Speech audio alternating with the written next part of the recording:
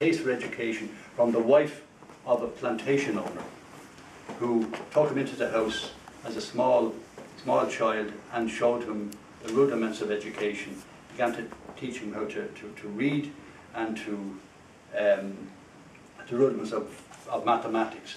And of course the young chap sucked it up like blotting paper, and he was totally thrilled. The whole new world opened up to him. When the plantation owner's wife found out about it, he went crazy and he threw the little kid out of the house, and he threatened to sell his family further on down the river, and he forbade his wife to have any truck with educating his black slaves, or his black property as they like to call it. Slaves, by the way, were property. And when a slave escaped and ran over a state, anybody was helping to get across the border, they were regarded as contraband, because it was written into the American Constitution that slaves were chattels, they were property. Anyway, Frederick Douglass went north, escaped, and he educated himself to the point where he turned out a wonderful orator and one of the leading black abolitionists, in fact the leading black abolitionist in the north. Later became very friendly and very respectful of Abraham Lincoln, whom we had little time for before until he found out what Lincoln was doing. But anyway, that's a long-winded way of saying what Frederick Douglass said. And he said, black-faced performers are, quote, the filthy scum of white society who have stolen from us a complexion denied them by nature, in which to make money and pander to the corrupt taste of their white fellow citizens. That's how he judged the blackface. But other things were happening. In 1852, Harriet Beecher Stowe published Uncle Tom's Cabin, which had a fantastic effect. Up to 500,000 copies were sold literally in weeks in the north, and had a huge effect on northern sentiment with regard to slavery in the south. Most northerners had never been in the south.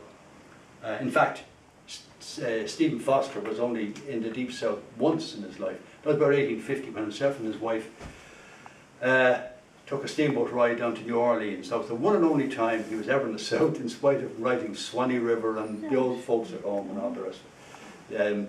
So very few people knew very much about the south. But then things were happening.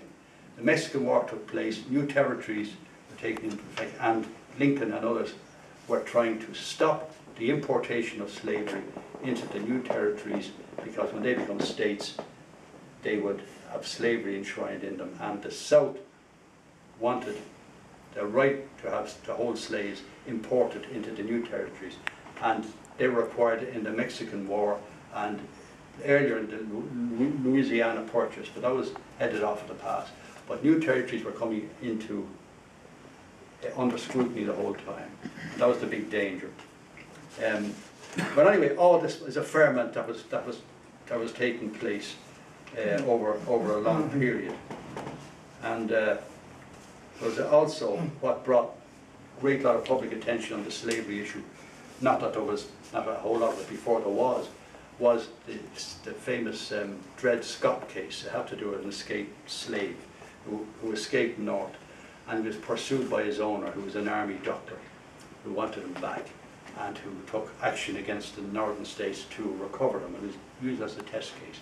And a very infamous decision was taken in the US Supreme Court after it went through the state courts and the federal courts and ended up in the Supreme Court. There was Judge Taney made statements, and if you're interested, I'll just say what he said in the judgment. There's money keeping you here now. This gives you an indication how they were regarded. Taney ruled. As regards the black, Judge Taney ruled that they were not included in the bracket all men whom the Declaration of Independence proclaimed, quote, created equal. After all, the authors of the Declaration of Independence and many of the signers owned slaves themselves. And for them to have regarded members of the enslaved race as potential citizens would have been, quote, utterly and flagrantly inconsistent with the principles they asserted. For that matter, wrote Taney, this Supreme Court judge, for that matter, wrote Taney, at the time the Constitution was adopted, Negroes, quote, had for more than a century before been regarded as beings of an inferior order, so far inferior that they had no rights which a white man was bound to respect. So you had that sort of stuff going on. So Stephen Foster stopped writing blackface songs, and this war built up. The southern states were running a cotton economy, and the northern, in the north, they were developing a modern industrial economy. They wanted free labour and outward looking, whereas the southern states regarded themselves as having a form of aristocracy based upon cotton and living a gracious life, and that slaves were essential. In fact, Judge Taney himself is quoted here as saying that without slavery, life in the South would be incomprehensible. So there was a clash coming between the North. The southern states had a great racket going because they raised extremely cheap and very good cotton at minimal expense by the slaves, and it was all bought into England by owners of mills in Manchester that made cloth out of it, which was also made by people in virtual slavery, kids, women and children working in the dark satanic mills of the cotton mills of Manchester. And in fact, they were so much in cahoots that in 1862 or thereabouts, Great Britain seriously considered coming into the Civil War on the side of the South, of the Confederacy. And that's what Lincoln was faced with. He had to head it off at the pass. Well, the war started. Anyway, I've said enough about that, but the war has started. And these are just a few of the songs. That's What's the Matter. It was written in 1862. It's by Leslie Gwynn and John DeGattani in chorus. That's what's the matter. The rebels have to scatter. We make them flee by night and land and sea. That's what's the matter. The various things that were wrong, and they, General Beauregard, and the various words are very interesting. I have them around somewhere, but I'll talk about them in a second. But anyway, that's the first one. That's What's the Matter from 1862. By the way, in 1862, the war was going very badly for Abraham Lincoln. And for the North, they really weren't prepared. Both the North and the South, but particularly the North, thought when the war started in about August of that year that it'd be finished by Christmas. Mind you, how does that sound? Because that's what it's all about. The First World War later on afterwards. And that the northern capital was in Washington, which was right beside Maryland, and Maryland was a slave state. And the Confederacy capital was in Richmond, and the northern force were trying to push towards Richmond and take it. Got bogged down because of General McClellan, who wouldn't move when he was told to move by Lincoln and by Congress, and he always had an excuse not to move. Thing took ages. And anyway, that was 1862, and the songs then were written by the likes of Stephen Foster and Root and others to encourage the war effort. They were firmly in on the side of the North at the time, and that's why, to encourage that whole atmosphere of resistance, and to get the Union, they began to write these songs. And that's What's the Matter, 1862. Beauregard, he was a Southern general. He gave him a lot of trouble. That this Beauregard, he thought he'd fight us long and hard, and so on. And a bit about the Navy there. The Merrimack and the Monitor, well, they have their famous engagement there. But anyway, the next one Was My Brother in the Battle from 1862, sung by John DeGattani. Now, the battle in question is the Battle of Malvern Hill, in fact, in 1862. 1862, the push that was planned by Lincoln and his cabinet to push and take the Confederate capital of Richmond, and so end the war. And as I say, McClellan was an obstinate mule, and he was very happy in camp, having a nice tidy camp, and always had an excuse. He had an idea he was outnumbered and so on, but he wasn't all the time. But he delayed and delayed, and the whole thing got bogged down in what became known as the Peninsula Campaign. The peninsula that opens out towards the bay there, and they fought their way up and down. There were 6 major battles in 7 days, bloody, vicious, horrible battles in pouring rain, awful conditions. And the Battle of Malvern Hill, a very bloody engagement, happened there. And you have the picture of this girl stopping troops, streaming back, battered and wounded and in terrible state, asking them, "Did you see my brother in the battle? Did he lie among the wounded or die among the slain?" But there is a verse here, you may hear it.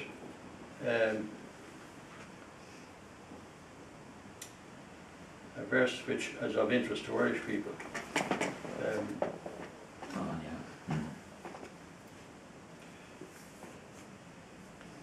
Was my brother in the battle when the flag of Erin came to the rescue of our banner and protection of our fame. So that relates to the 69th Massachusetts Regiment, which became known and is still known today as the Fighting 69th, and involved there were Maher and Corcoran, the famous Colonel Corcoran. I think it was from Carlow, who was involved there. But anyway, this is was my brother in the battle. 160,000 men on both sides were killed in the American Civil War, which is a multiple of all those killed in all of the wars put together that America was involved in since the American Civil War. It was appalling, and it left a couple of millions maimed and wounded. It's the first of modern wars when new weapons were being tested, sent over by the Germans and so on, and it was a really horrible war. But the next one is Nothing But a Plain Old Soldier, which is a solo by Leslie Gwynn. This is from 1863. Now, Nothing But a Plain Old Soldier, this is a good old soldier. You'll hear the word of Washington mentioned. He was served under George Washington. And I was doing a little calculation that the American Revolutionary War took place 1776, 1778. And if he served in the war of 1778 and is now alive during the American Civil War, this lusty voice you hear is from a man 110 years old. So it's a great performance for such an old guy, but it's a fine rendition anyway. In 1863, Lincoln sacked General McClellan for dragging his feet and for being so insubordinate, and replaced him with Ulysses S. Grant. And he had the wisdom to appoint people like General Phil Sheridan from Cavan, and General Sherman and others who knew their business and began to set out for the hard slog. And on the Confederate side, the famous Robert E. Lee was appointed by Jefferson Davis, the Southern president. And those two guys slogged it out to the finish. And the total war took place from 1863 to 1864, when they drove a swath of Lake waste from Atlanta to the sea, the famous campaigns that you heard about. But anyway, that was to come in the future. But 1862, things still hung on the balance, and they're afraid Great Britain would come in on the Confederate side. But when they began to make strides, this song was written by Stephen Foster, and it's